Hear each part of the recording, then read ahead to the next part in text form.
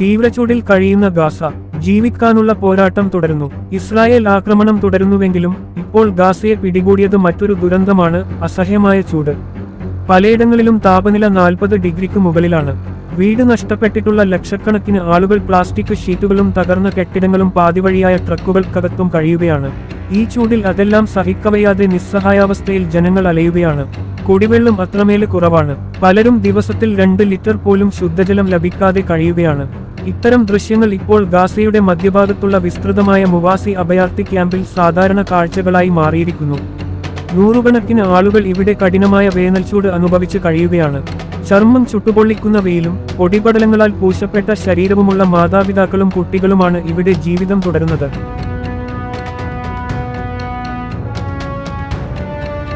മൂന്നു ദിവസത്തെക്കൊണ്ട് എത്തുന്ന വെള്ളവാഹനങ്ങളെ പിന്തുടർന്ന് അവർ ഓടുന്നു. പ്ലാസ്റ്റിക് ബോട്ടിലുകളും കുപ്പികളുമൊക്കെ നിറക്കാനായി.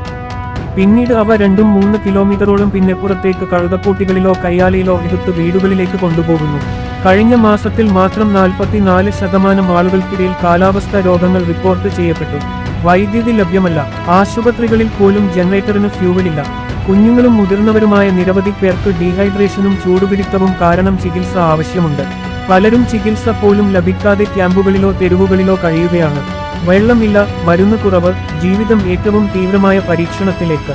ഇത് വെറും കാലാവസ്ഥാ പ്രശ്നമല്ല, ഇത് മനുഷ്യാവകാശ പ്രശ്നമാണ്. ഈ അവസ്ഥ ലോകം അറിയണം. ഈ യാഥാർത്ഥ്യം നമുക്ക് കണ്ടിരിക്കാൻ കഴിയുന്നുവോ? ഇത് പങ്കുവെക്കൂ. സത്യത്തിന് ശബ്ദം നൽകൂ.